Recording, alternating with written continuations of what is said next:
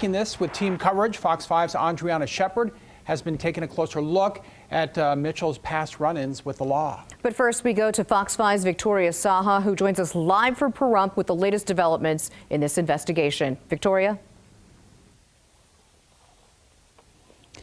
Kim and Joe, deputies were here all day long trying to serve that search warrant, as well as trying to sedate those 7 tigers safely. In fact, just a short time ago, they had taken those 7 tigers out in 2 separate trailers, and now they are on their way to an out-of-state sanctuary. We weren't able to see too much from where we were standing, but behind me you can see that large enclosure where those tigers were likely kept.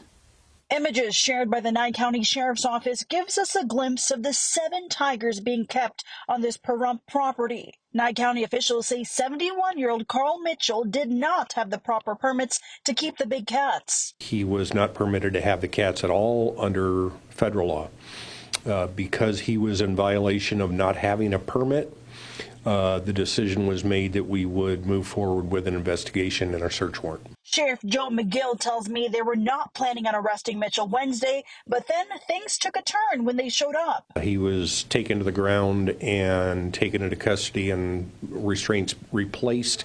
He was subsequently booked for resisting a police officer. Back on the property, several agencies were needed to sedate the tigers safely so they would be transported to a cross-country sanctuary. Our biggest concern was public safety. Sheriff McGill tells us Mitchell had made threats of releasing the tigers if deputies came after the cats. Thankfully, none of that took place.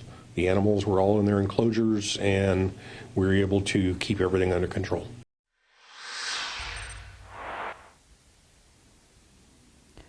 Earlier today, we also saw a woman being escorted off property in handcuffs. The sheriff tells me that is likely Mitchell's girlfriend or wife.